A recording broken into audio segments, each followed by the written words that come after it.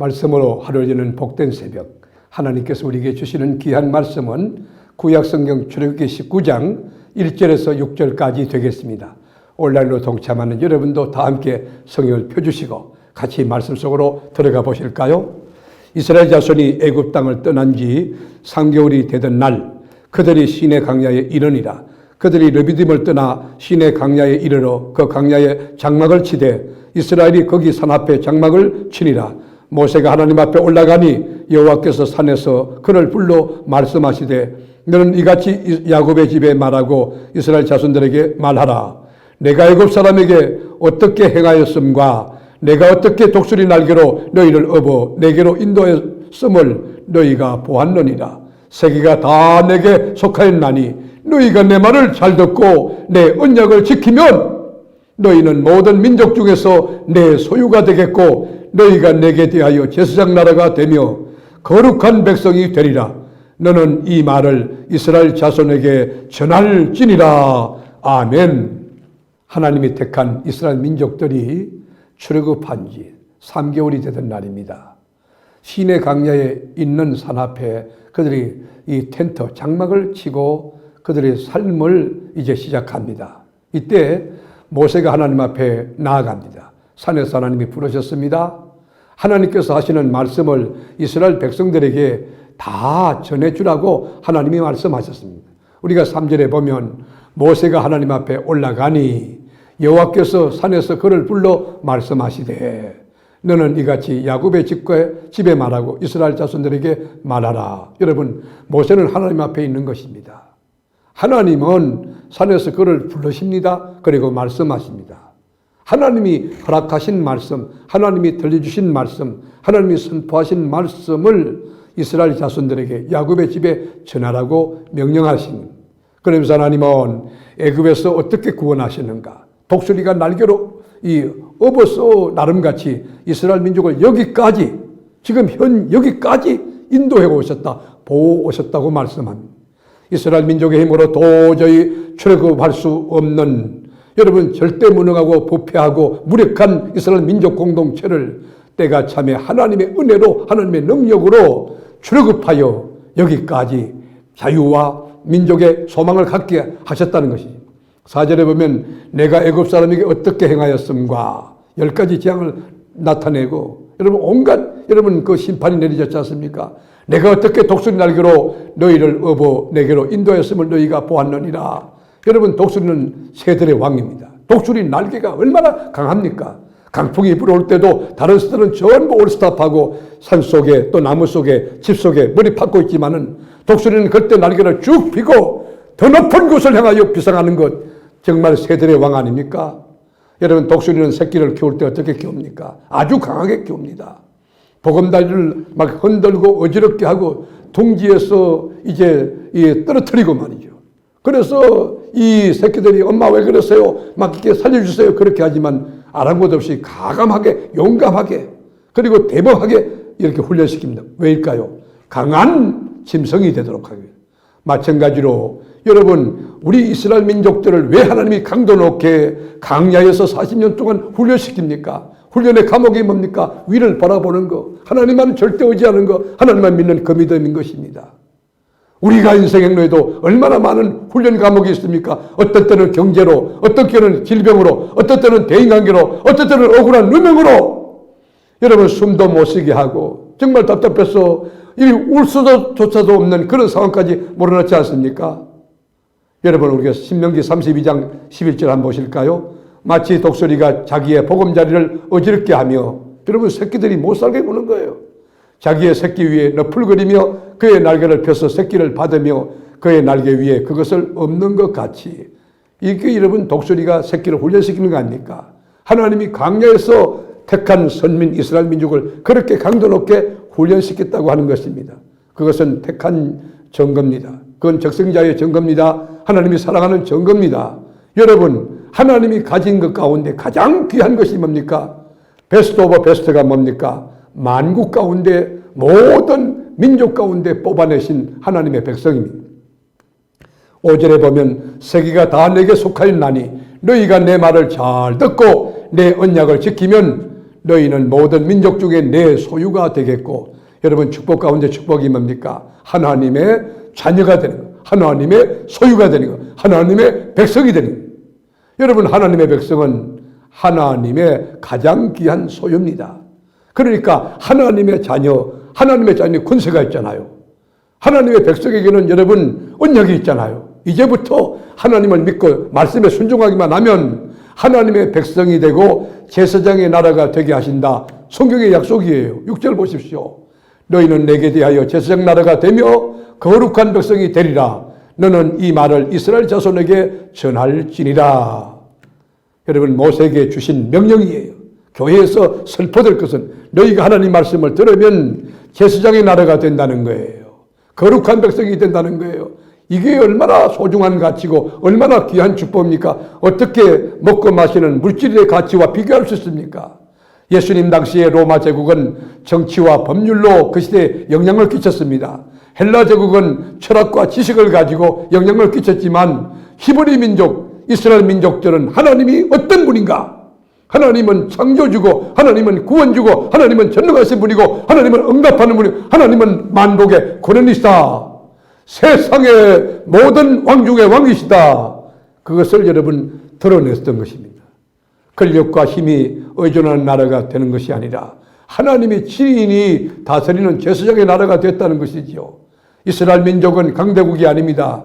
이스라엘 민족은 문화적으로도 그렇게 뛰어난 민족 아닙니다. 신명기 7장 7절에 보면 여호와께서 너희를 기뻐하시고 너희를 선택하시면, 왜 여러분 하나님이 기뻐합니까? 왜 우리를 선택하셨습니까? 너희가 다른 민족보다 그 수요가 많기 때문이 아니라, 여러분 우리가 세상에서 잘나고 똑똑하고 너무 스마트하기 때문에, 화려한 스펙 때문에 택한 것이 아니라 또 너희는 오히려 민족 중에서 가장 적으니라. 여호와께서 다만 너희를 사랑하심으로 하나님께서 제사장의 민족으로 삼았다. 여러분 우리가 부족하지만 연약하지만 허물 많지만 죄악 가운데 살았지만 가장 적었지만은 아무것도 내세울 것이 없는 볼품없는 민족이지만 하나님의 사랑으로 하나님의 은혜로 택정함을 믿고 제사장의 나라가 되고 하나님의 백성이 됐다는 것입니다. 그러므로 하나님 앞에 우리는 아무것도 내세울 것이 없습니다. 하나님의 은혜라고, 그리고 하나님의 자녀라는 정체성을 가지고 어려움이 있더라도 나는 제사장의 나라다, 하나님의 백성이다, 이 자부심 갖고 순례길을 감격으로 노래하며 살아가는 나와 여러분이 되시기를 바랍니다. 모세가 이제 산에서 내려왔습니다. 그리고 백성들의 장로들에게 하나님이 주신 말씀을 전합니다. 자, 7절 볼까요? 모세가 내려와서 백성의 장로들을 불러 여호와께서 자기에게 명령하신 그 모든 말씀을 그들 앞에 진술하니, 여러분 말씀을 들을 줄 아는 여러분 주의 종, 말씀을 받는 주의 종, 하나님의 말씀을 받아서 내려와서 백성의 장로들을 불러놓고 하나님이 행하신, 하나님이 명령하신 그 모든 말씀, 그 모든 말씀을 그들 앞에 진술했다. 그럴 때 여러분 이스라엘 민족의 반응이 어떨까요? 뭐라고 했을까요? 8절 보시죠. 백성이 일제히 응답하여 이르되 여호와께서 명령하신 대로 우리가 다 행하리이다. 모세가 백성의 말을 여호와께 전하며, 여러분 하나님이 얼마나 이거 태도를 기뻐했겠어요. 백성들이 다 하나님 말씀대로 행한다고, 순종하겠다고, 준행하겠다고 반응을 보였습니다. 하나님이 그 민족 사랑하지 않겠어요? 축복하지 않겠어요? 왜입니까?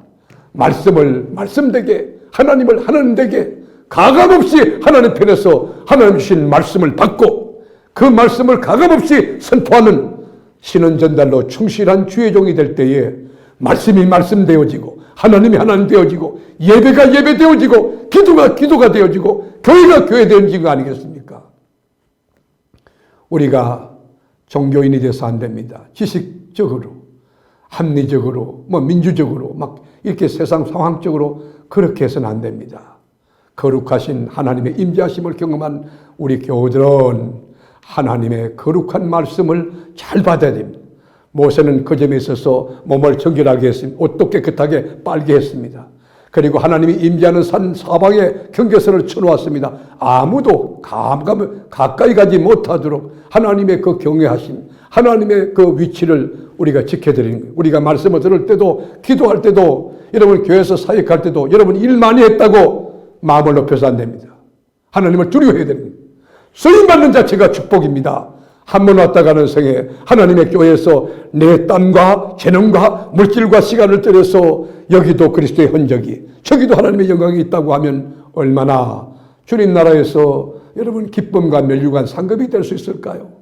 우리가 예배를 드릴 때에 문화행사나 콘서트장에 노래방에 나왔던 음악계 나온 그런 수준이 되어서는 안 됩니다. 감정을 고조하는 이방 종교의식이 되어서는 안 된다는 것입니다. 우리가 진정으로 예배자가 되고 있는가, 구별되어 있는가, 자기 성찰이 필요한 것입니다. 말씀으로 하루를 여는 복된 새벽에 사랑하는 교우 여러분, 여러분께 묻습니다. 누가 이스라엘 민족을 그 강력한 애굽에서 출애굽시켰나요? 누가 엑소도스 시켰나요?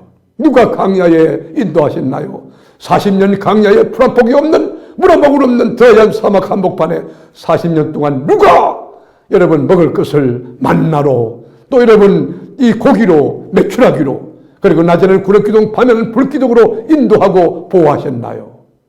누가 홍해바다를 건너게 하셨나요? 누가 요단을 건너게 하셨나요? 누가 난공불락의 여리고를 무너뜨리셨나요? 누가 강야에서 이스라엘 민족들을 그렇게 강도 높게 훈련을 시켰나요? 하나님의 백성에게 필요한 것은 훈련입니다. 제사장의 나라가 되는 훈련해야 됩니다. 언약의 백성이 되는 훈련이 돼야 합니다. 그 비결이 뭘까요? 하나님의 말씀을 듣는 태도입니다. 8절대로 백성이 일제히 응답하여 이르되 여호와께서 명령하신 대로 우리가 다 행하리이다. 모세가 백성의 말을 여호와께 전하며, 사랑하는 교회 여러분, 우리 교회가 이런 교회 되기를 원합니다. 여호와께서 주신 말씀을 다 전하는 교회. 여러분이 싫어하든지, 여러분이 힘들어하든지, 여러분이 거룩한 부담을 갖든지, 그거는 하나님의 몫이고, 그래야만 살기에, 그래야만 제대로 훈련되기에, 그래야만 세워지기에 하나님 말씀을 가감없이 선포하고 가르치고 건면하는 진리에 합당한 교회, 또 주의 종이 될 수 있도록 여러분이 기도해 주시길 바라고, 우리 교회가 그런 교회 될 수 있기를 주님의 이름으로 축복합니다. 기도하겠습니다. 주님, 하나님의 말씀을 받는 태도, 하나님이 주신 말씀 그대로 다 준행하겠습니다. 순종하겠습니다. 그런 태도로 예배에 임하고 말씀을 받을 때 온몸이 기가 되어 심령이 가난한 상태로 말씀을 바로 받아 그 말씀에 순종하려고 몸부림치고 그 말씀을 육화할 때 우리 삶의 현장이 말씀으로 가득 찬 역사가 일어나도록 은혜와 긍휼을 더하여 주옵소서. 우리 사랑하는 교우들 말씀 붙들고 말씀 안에서 말씀을 절구하며 말씀을 묵상하며 말씀에 순종하며 살아가는데 말씀대로 되는 승리와 축복과 역사가 막 일어나게 하옵소서. 우리를 죄와 사망에서 건져주신 나의 구주, 나의 주인, 왕중왕 되신 예수님의 이름으로 기도드립니다. 아멘.